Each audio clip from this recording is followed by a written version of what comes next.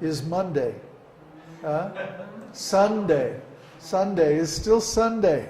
And that was traditionally the days of the week where those planets were worshipped. So everybody in Rome, in ancient Greece, went to the sun temple on Sunday. They went to the moon temple on Moon Day. They went and worshipped Saturn on Saturday. They were more intelligent. We think that Saturday is a day to take off, but it's actually a day of discipline and atonement, because that's what Saturn rules. And that's why the Sabbath, the Jewish Sabbath, was originally on Saturday. Well, it's still on Saturday. But I mean, even the Christians used to worship on Saturday. And it wasn't until Christianity was adopted as the official religion of the Roman Empire, what a strange idea, that they changed it to Sunday. Why? Because that's the day most Romans were used to going to church. Most of them were sun worshippers. And so we wouldn't want to disturb the routine of the Roman citizens. So they changed the Sabbath to Sunday to match the cultural needs of the Roman Empire. But that's not the only thing they changed. But anyway, that's a different workshop, huh? We did that course already, Secret Teachings of Jesus.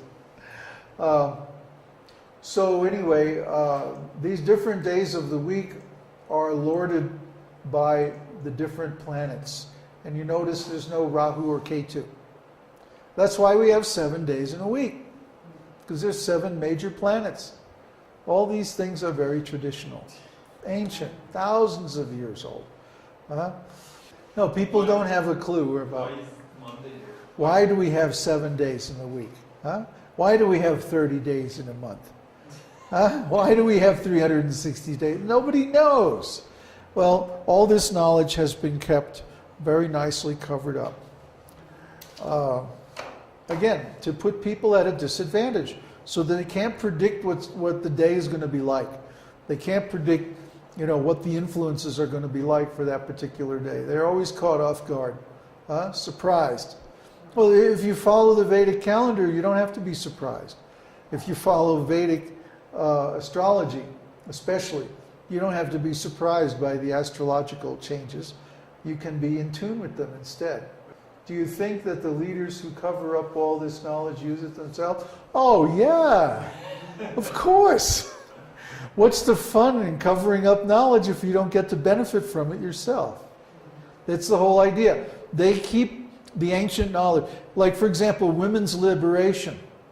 Do you think any of these people who are in charge of big corporations and stuff like that just let their kids marry anybody they want?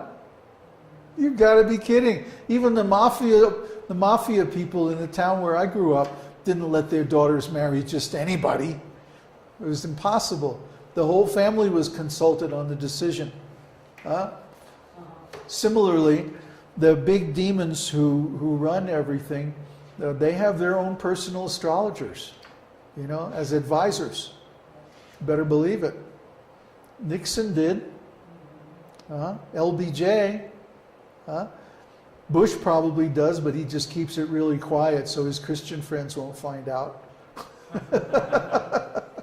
I mean, how can you do anything important without knowing astrology? First of all, you have no idea who you're dealing with, because it's very easy for people to keep secrets about their character and their intentions. But if you have astrology, you can know everything about that. And then the timing of events. I mean, timing events so that your projects are successful, it really requires astrology. Otherwise, you simply be striking out all the time. You wouldn't know what was going on. Why do you think that we're not looking for land until next spring or summer? Because we know it wouldn't be a good time. De Gaulle, yeah. All of these big politicians use astrology. That's how they work. But the only astrology we get is the silly sun sign astrology in the Sunday paper. It's impossible. It doesn't predict anything. It's always wrong. These are called the yogas.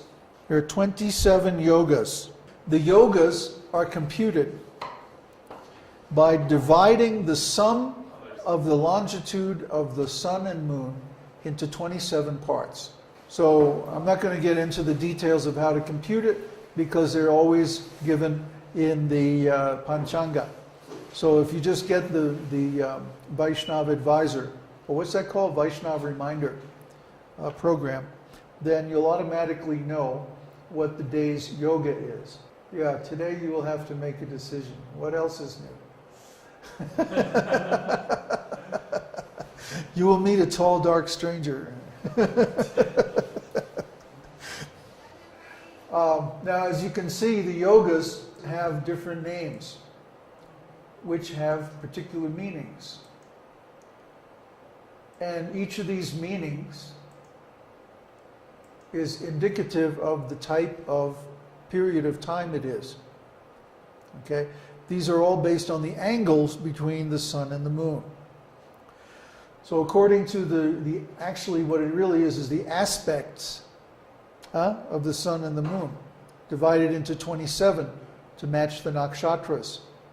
If you look at an astrology program, it will give you the aspects, meaning the angles between the different planets, and especially between the sun and different planets. So like, for example, at new moon, the sun and moon are conjunct. At full moon, the sun and moon are in opposition. When the moon is half, then they're called square, 90 degrees difference. The sun and moon make different angles as the moon goes around in its orbit.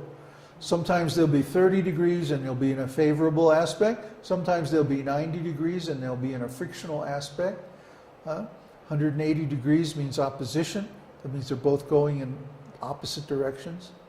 So at that time, there are different yogas, as they're called. Now, this is a different thing than a yoga when you're interpreting planetary positions in a chart. Those are determined by the rashis, by the signs. These yogas are determined by the nakshatras between the sun and the moon. And there's 27 of them. These are the first 18 here, and these are the last here. Okay?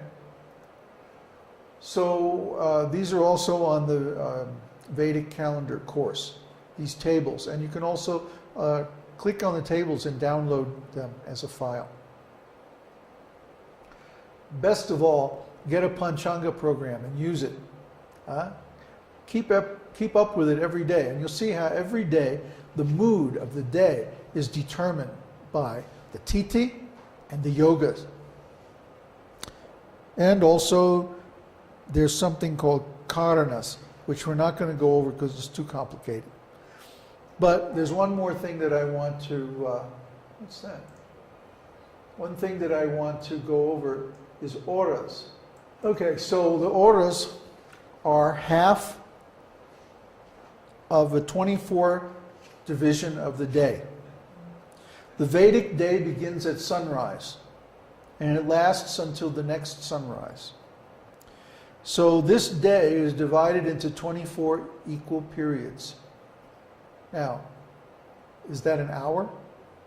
Not necessarily, no. No.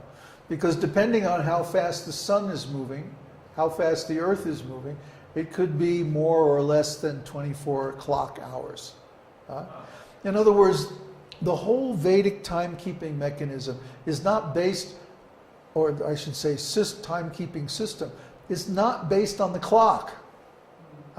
This idea of uniform periods of time is completely Western, completely linear, Aristotelian. It's stupid. It has nothing to do with nature. It's only an approximation anyway, based on something found in nature. But it's not real. Nothing happens according to clock time. In real life, things happen according to the time of the motions of the heavenly bodies. This is what the message of Vedic astrology, if there's one thing that Vedic astrology has, to say, to sum it up in a nutshell, it would be things happen according to the timing of the motions of the stars and planets. They don't happen according to clock time. Clock time is a complete abstraction, which is superimposed on reality. It has nothing to do with the way things really happen.